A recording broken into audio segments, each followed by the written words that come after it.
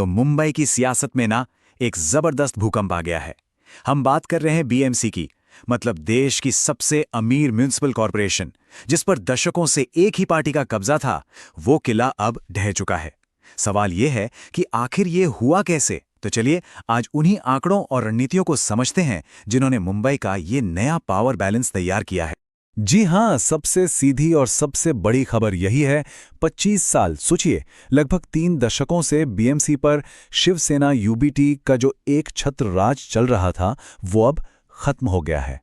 ये मुंबई की राजनीति के लिए कोई छोटा-मोटा बदलाव नहीं है। ये एक बहुत बड़ा, एक ऐतिहासिक मोड़ है। तो सवाल वही है, ये सब हुआ कैसे?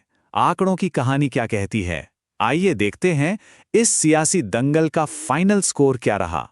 सबसे पहले चलिए बात करते हैं उस पार्टी की जो इतने सालों से सत्ता में थी।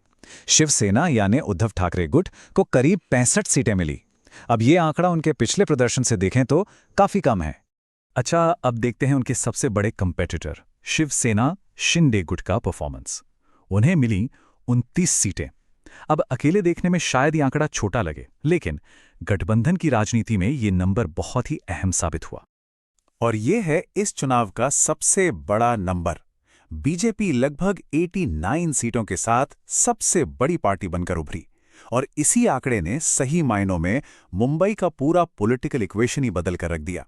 यहां पर ना तस्वीर एकदम साफ हो जाती है। बीजेपी का ग्राफ सबसे ऊंचा है, इसमें कोई शक नहीं। लेकिन असली कहानी शुरू होती है शिंदे गुट के साथ जुड़ने से। जैसे ही वो साथ आए, ये गठबंधन बहुमत के आंकड़े को बड़ी आसानी से पार कर गया। यही वो निर्णायक पावर शिफ्ट है जिसकी हम शुरू से बात कर रहे हैं। तो ये है फाइनल स्कोरबोर्ड। देखिए, बीजेपी और शिंदे गुट का जो गठबंधन है, महायुति, उन्होंने मिलकर 118 सीटों का आंकड़ा छू लिया। बहुमत के लिए कितनी चाहिए थी? 114। तो ये उससे ज्यादा था। और इसके मुकाबले में शिवसेना, यूबीटी, कांग्रेस, एमएनएस और दूसरे दल काफी पीछे छूट गए। कांग्रेस को करीब 24 सीटें मिली जरूर, पर वो कोई बड़ा असर नहीं डाल पाए। तो अब असली सवाल पर आते हैं। जीतने वालों ने आखिर ऐसा क्या किया जो हारने वाले नहीं कर पाए? अब हम विश्लेषण करेंगे उस मास्टर प्लान का जिसने इस बड़ी जीत की पूरी नींव रखी। देखिए, इस जीत के पीछे कोई एक वजह नहीं थी, बल्कि 5 सुपर पावर्स काम कर रहे थे। पहला, राज्य और केंद्र की सत्ता में होने का जबरदस्त फायदा।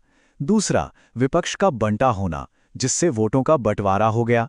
तीसरा, शहरी वोटरों का इमोशनल मुद्दों से हटकर विकास के मुद्दों पर फोकस करना।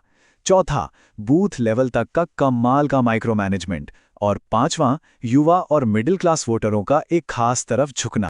चलिए उस दूसरे पॉइंट को थोड़ा और समझते हैं, वोट स्प्लिटिंग इफेक्ट।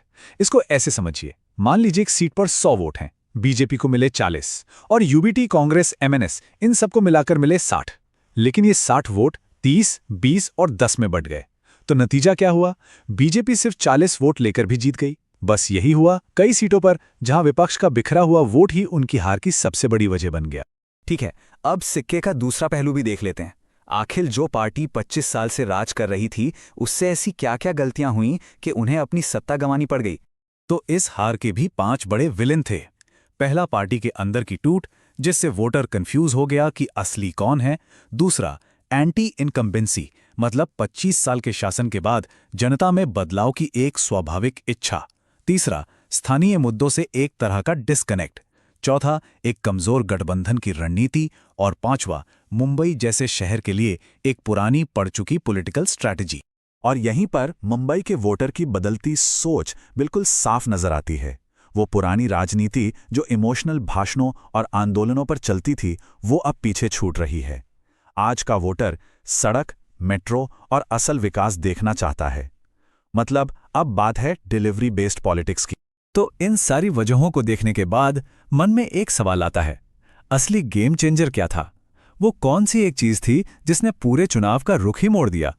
तो सबसे जरूरी बात यह है कि ये चुनाव किसी एक पार्टी की लहर का नतीजा नहीं था। नहीं, ये एक परफेक्ट स्टॉर्म था। मतलब एक तरफ बेहतर संगठन, दूसरी तरफ सत्ता और रिसोर्सेज का फायदा, साथ में विपक्ष की कमजोरी और ऊपर से शहरी वोटर की बदलती सोच। जब ये सब चीजें एक साथ मिलीं, तब जाके ये नतीजा सामने आया। तो अंत में एक सवाल के साथ इसे छोड़ते हैं जिस पर सोचना जरूरी है। क्या ये मुंबई की राजनीति का बस एक नया चैप्टर है, या फिर इस चुनाव ने पूरी की पूरी किताब ही बदल कर रख दी है? इसका जवाब तो शायद आने वाला वक्त ही देगा।